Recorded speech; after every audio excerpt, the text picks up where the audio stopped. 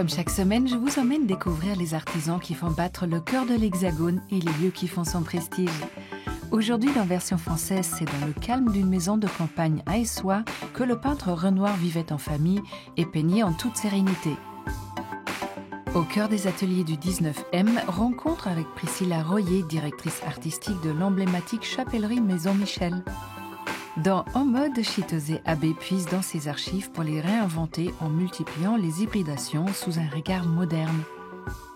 Avec patience, Aurélie Boyer retravaille le bois dans ses moindres détails pour restaurer meubles et objets.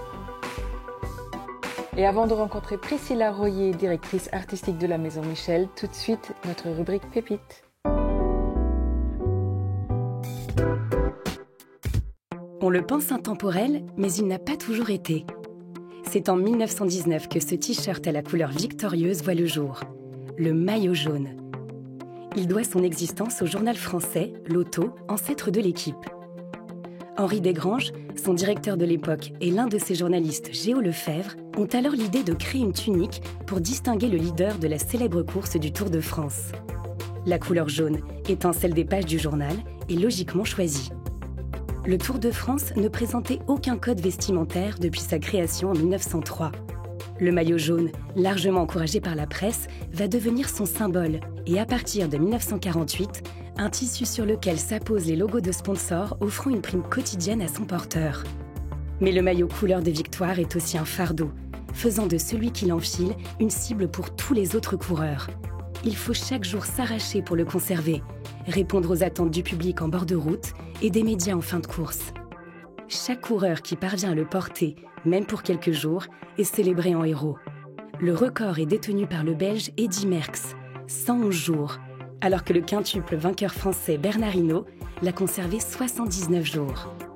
D'autres maillots existent depuis, vert pour le meilleur sprinter, à pois pour le meilleur grimpeur ou blanc pour les jeunes espoirs. Mais le maillot jaune demeure un must, se détachant au col des sommets et dans les plus beaux paysages français, jusqu'à l'arrivée mythique sur les Champs-Élysées.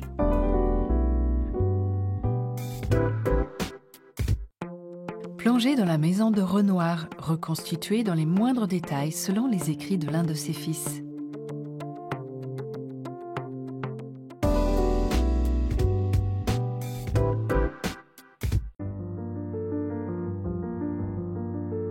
La maison, ici à Essoyes, a été achetée par les Renoir en 1896 pour 4000 francs de l'époque, ce qui va plus ou moins correspondre à la vente quelques années auparavant, pour la première fois à l'État français, d'un tableau qui s'appelle Jeune fille au piano. C'est à l'âge de 55 ans que Renoir devient propriétaire de cette maison à Essoyes, après être tombé sous le charme de ce village de l'Aube, duquel sa femme Aline Charigot était originaire.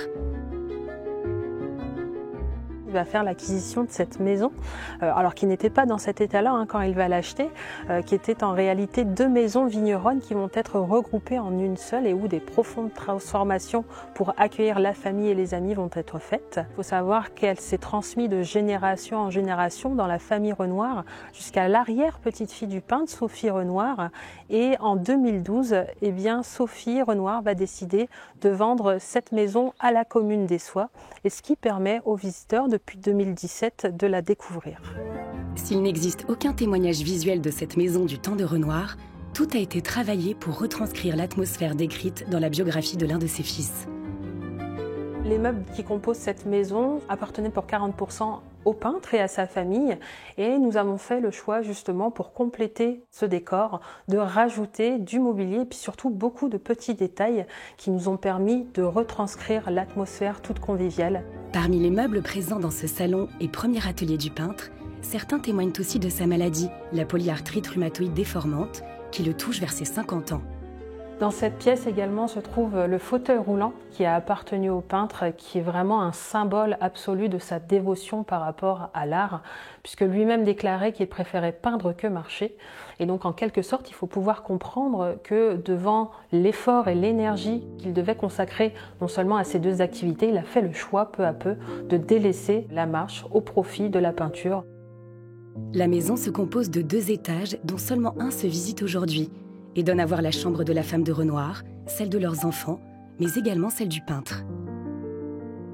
on y retrouve le lit qui lui a appartenu et sur lequel nous devons imaginer un arceau sur lequel des draps reposaient afin de ne pas justement être en contact avec sa peau, auquel cas cela aurait valu des blessures ou des plaies causées à une peau extrêmement fragile liée à sa maladie de la polyarthrite, et également la raison pour laquelle vous avez une corde qui sert en fait de sonnette afin d'avertir une domestique, une infirmière qui habitait donc au second étage et qui pouvait venir lui prodiguer des soins à n'importe quelle heure de la nuit. Au rez-de-chaussée se trouve la cuisine où la femme de Renoir passait beaucoup de temps et où le peintre venait récupérer des fruits et des plantes pour ses natures mortes. Une pièce qui témoigne aussi de l'importance des retrouvailles en famille.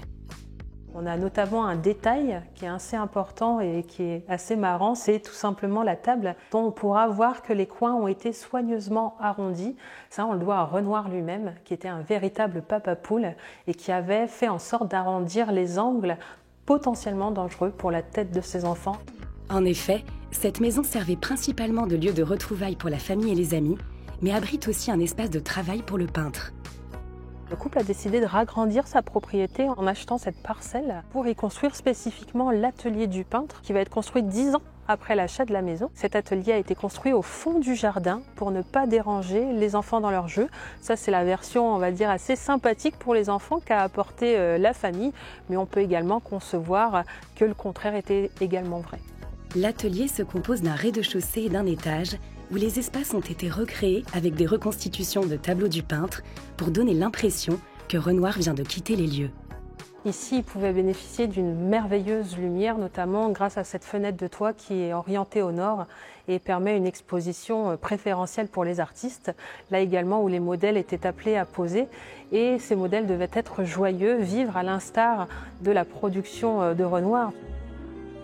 Et vous avez également cette caisse de transport en bois qui lui a permis d'acheminer toutes les œuvres qui avaient été réalisées à Essoy vers Paris et les galeries de son marchand d'art. Véritables espaces figés dans le temps, la maison et l'atelier reflètent la manière de vivre du peintre et de sa famille à Essoy, où tout un parcours et un espace culturel leur sont aujourd'hui consacrés dans le village.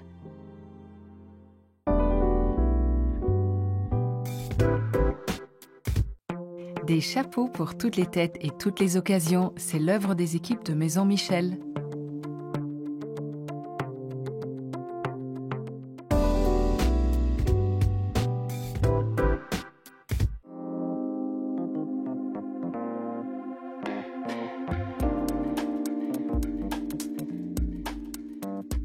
Bonjour Priscilla. Bonjour.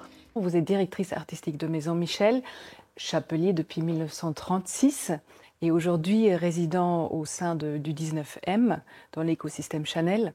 Pour vous, le chapeau, c'est bien plus qu'un accessoire. Il donne de l'allure, il définit une silhouette et chaque création passe par un savoir-faire minutieux. Est-ce que vous pourriez définir en quelques mots le style que vous avez insufflé à la maison depuis bientôt plus de 10 ans ? Quand on arrive dans une maison qui a un tel poids du passé et de la tradition, il y a quand même un état des lieux à faire assez important. Il s'agit de ramener le passé dans le présent pour construire l'avenir. Donc en fait, tout ça est une histoire de ligne de temps.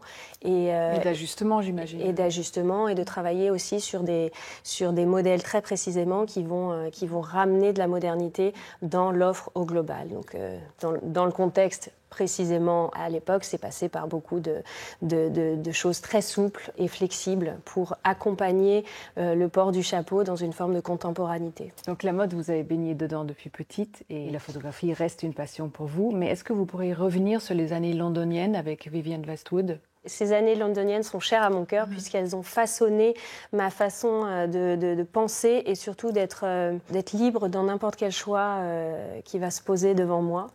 Donc je suis arrivée à Londres à tout juste 23 ans et j'ai commencé par un stage comme tout étudiant en fin d'année d'études chez Vivienne Westwood. Et puis petit à petit, j'ai réussi à gravir, faire ma place tout simplement au studio. Et donc très rapidement, au bout de 6 mois, j'étais en charge de la ligne Red Label. Ouais, exactement. Animée par le désir de créer, Priscilla Royer a franchi les portes de Maison Michel en 2015 et continue à écrire l'histoire de cette grande maison de chapellerie à travers de nombreuses collections. Comme une anthropologue, Priscilla observe minutieusement la foule qui l'entoure pour créer chaque collection et s'adapte pour continuer à se réinventer. On tire un fil qui évolue en fonction de comment on évolue, comment la vie évolue et comment les modes de vie évoluent aussi. C'est vraiment une histoire. Il y a de la littérature autour. Autre source d'inspiration inestimable, les archives de plus de 3000 bois détenus par Maison Michel. Cette multitude de calottes taillées et façonnées à la main formant le haut du chapeau ou de bords aux allures diverses constitue un véritable lieu de mémoire et terrain de jeu pour Priscilla. Ici, ce sont les bois que l'on utilise le plus souvent et qui ressortent de façon récurrente. Je les regarde en même temps parce que c'est eux qui me parlent. On a beaucoup d'archives qui viennent de la Maison Michel elle-même, et puis on a aussi beaucoup d'archives qui ont été récupérées au fil des années, puisque dans les années 70, toutes les maisons de chapellerie et modistes sont fermées les unes derrière les autres avec l'arrivée des coiffeurs, des visagistes et l'explosion un peu des codes sociaux. Et la Maison Michel a récupéré plein d'archives. Ce n'est pas comme un pèlerinage où c'est une systématique. En revanche, parfois je cherche quelque chose de très précis et puis je tombe sur quelque chose d'autre qui va m'intéresser pour un autre projet et les choses se font comme ça et ça monte en épingle. Tout est assez organique. C'est un atelier qui a besoin d'être en flux constant en fait. Donc les choses se construisent comme ça.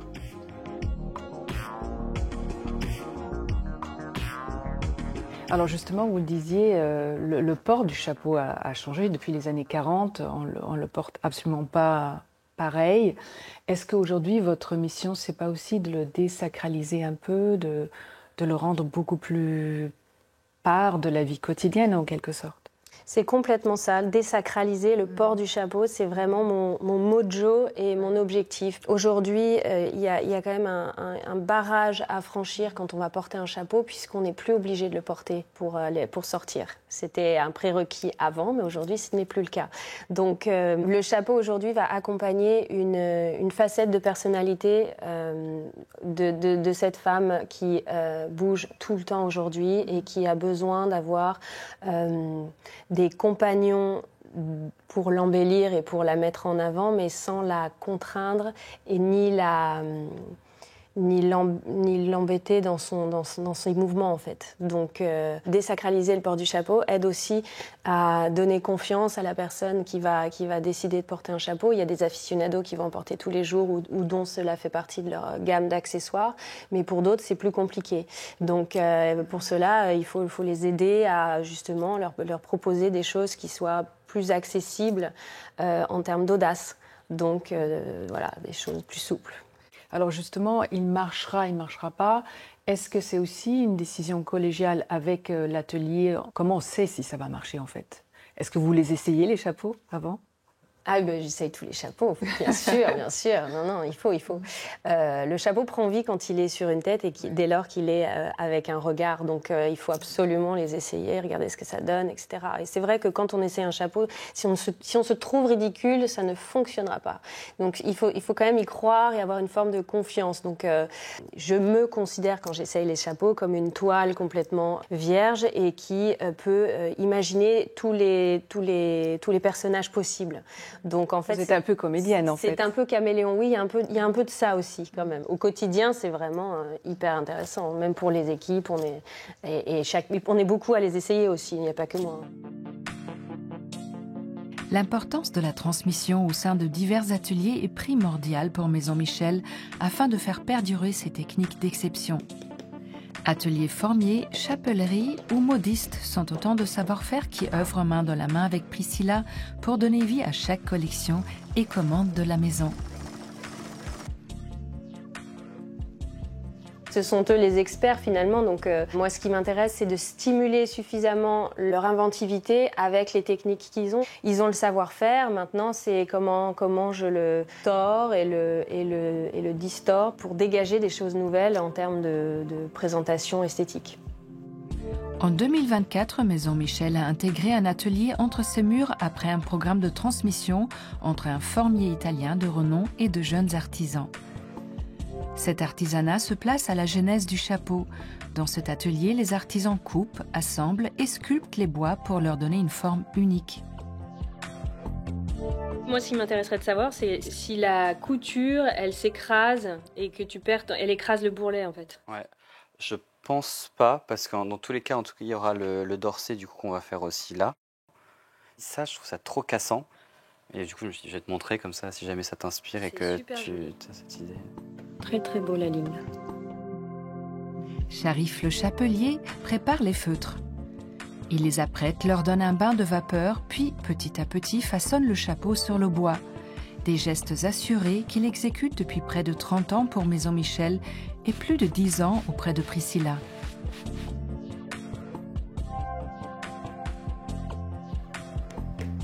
J'ai une bonne expérience de toutes les formes que nous avons à la Maison Michel. Elle me laisse le choix de chercher les formes par rapport aux formes que j'ai mises de côté. Et sur ça, on va trouver des idées.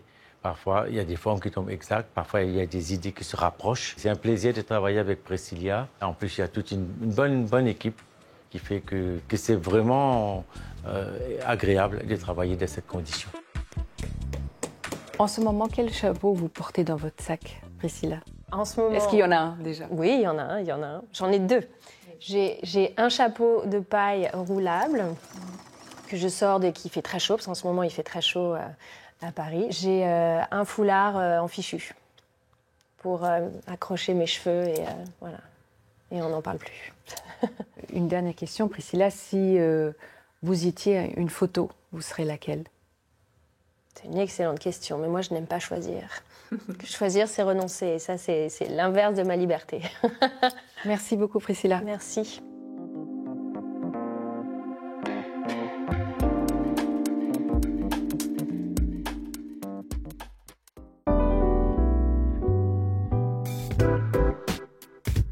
Chez Sakai, on tord le cou au classique pour créer une élégance contemporaine et inattendue.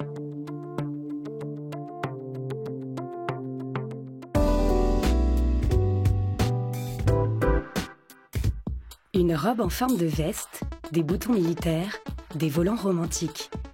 Bienvenue chez Sakai, la reine de l'hybridation. Pour célébrer ses 25 ans, sa créatrice Chitose Abe revisite en grande pompe ce qui a fait le succès de sa marque. Des classiques de la mode qu'elle réinvente sans cesse pour en sortir de nouvelles formes, toujours inattendues. Fondée en 1999 à Tokyo, Sakai s'est imposée grâce à une approche singulière. Le truc de Chitose Abe, c'est d'emmener un vêtement là où on ne l'attend pas. Ancienne de la marque comme des garçons, la créatrice japonaise a bâti son langage autour de la déconstruction et de la recomposition. Des pièces conceptuelles où le tailleur se mêle au workwear et au sport avec une étonnante fluidité. La marinière, l'un de ses grands fétiches, prend son envol sur une robe déstructurée ou sur une traîne façon tapis rouge. La chemise blanche, elle, s'habille d'une cascade de volants, accessoirisée d'une paire de bottes presque animales. Son grand talent, c'est de faire dialoguer des éléments a priori incompatibles. Robe de soirée perfecto, rigueur militaire et matière délicate. Cette saison, elle puise dans ses archives pour mieux les réinventer. Elle y pioche des classiques comme les bombers sous le trench, qu'elle tourne dans tous les sens pour en faire des vêtements spectaculaires. Chez Chitose Abe, une seule pièce peut brasser différents registres. Un denim brut prend une allure presque naïve. Un perfecto devient une robe déstructurée à peine reconnaissable. La chemise de bûcheron en flanelle s'habille de paillettes pour le soir et la parka militaire s'improvise carrément robe de cocktail. C'est comme si le vêtement se transformait sous nos yeux avec une étonnante simplicité. La créatrice revendique une élégance active, une mode certes belle, mais qui doit avant tout pouvoir vivre et bouger sans jamais se reposer sur ses acquis. Une petite robe blanche devient alors un mélange virtuose de tissage, de plissé et de fronce qui multiplie les techniques pour un résultat complexe inattendu. Avec cette collection, c'est la notion d'élégance contemporaine qu'interroge la créatrice. Comment réconcilier confort et sophistication et transformer des basiques en pièces mémorables? Sa réponse est simple, Il faut couper, tourner, draper, imaginer. Tordre le cou d'un costume pour en faire une robe.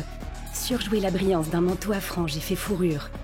Déstructurer le tailleur noir et blanc dans sa forme la plus conceptuelle. Une collection qui réaffirme le pouvoir transformateur du vêtement en injectant un peu de folie dans l'ordinaire. Et qui rappelle aussi que la mode peut encore être un espace de surprise et de jeu, pour peu qu'on ne cesse jamais de la questionner.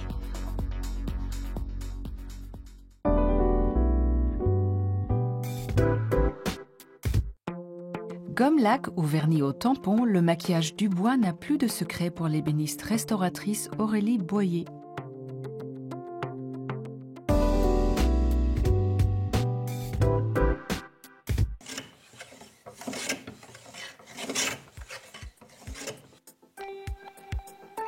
Le bois, ça n'a jamais été vraiment une passion. Moi, ce que j'aime, ce sont les meubles. J'aime l'attachement qu'une personne peut avoir envers un objet. Et puis j'aime les matériaux. Donc j'aime tout ce qui est vivant comme le bois, mais j'aime aussi le métal. J'aime tous les matériaux qu'on peut trouver incrustés sur les meubles, comme le laiton, l'ivoire, des pierres. Donc c'est surtout ça que j'aime. Et puis avant tout, ce n'est pas fabriquer un meuble. Ce qui me fait vibrer, c'est vraiment redonner vie à un objet. Docteur en chimie pendant 15 ans, Aurélie Boyer a quitté ses laboratoires pour se former en ébénisterie et ouvrir son atelier de restauration de meubles anciens à Bordeaux il y a 8 ans. Une deuxième vie où elle met à profit son expérience scientifique et qui lui permet de donner une deuxième chance à des meubles de famille parfois malmenés, mais avec une grande valeur sentimentale. Ce qui me plaît justement, c'est l'attachement qu'ils ont envers leurs meubles, souvent des meubles issus d'un héritage, donc qui leur rappellent une personne, qui leur rappellent des souvenirs. Et quand les clients arrivent à l'atelier pour récupérer leurs meubles à la fin de mes interventions, ils ont souvent les larmes aux yeux. Et moi, c'est ça, en fait, qui me plaît, qui me fait vibrer. Et ce pourquoi je fais ce métier, c'est pour redonner vie à quelque chose et en même temps perpétuer des souvenirs dans une famille. Chaque objet ou meuble qui franchit les portes de son atelier est comme un patient examiné pour établir un diagnostic. Avant toute chose, Aurélie recolle les pièces sur le support avant d'envisager un nettoyage, mais toujours avec une colle réversible pour respecter la déontologie des restaurateurs d'œuvres d'art. Toute opération, toute intervention doit être réversible. Donc le recollage d'un assemblage, le recollage d'une marqueterie, de plaquage, doit être fait avec des colles réversibles. Et ce sont des colles qui, par action de vapeur ou d'eau, vont venir se ramollir et se décoller si on veut un jour décoller un assemblage.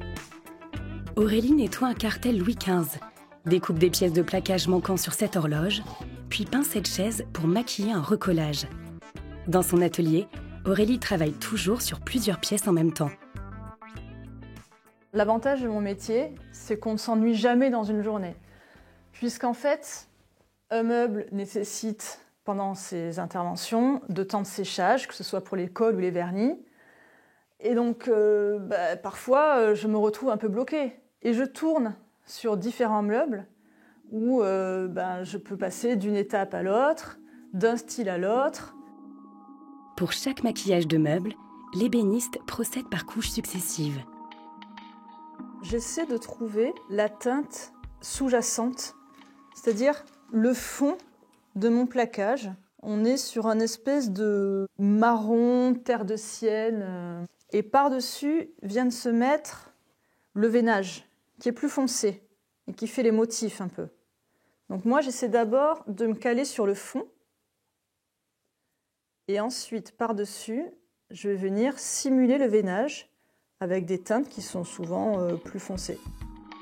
Parmi les dernières étapes nécessaires à la restauration d'un meuble, appliquer une gomme lac selon la technique du vernis au tampon. Ça permet, cette technique, de venir faire des couches de vernis très fines avec un rendu très brillant.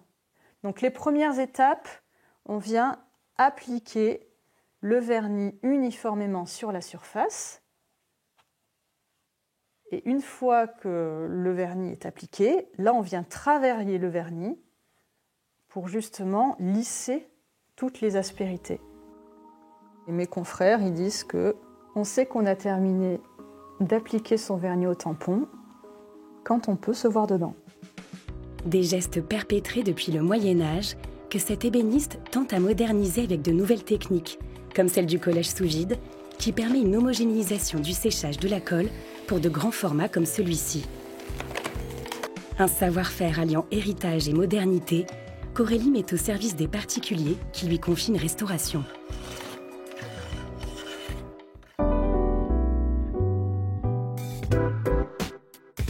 Version française est déjà terminée, mais on se retrouve très vite pour toujours plus de découvertes. Bye!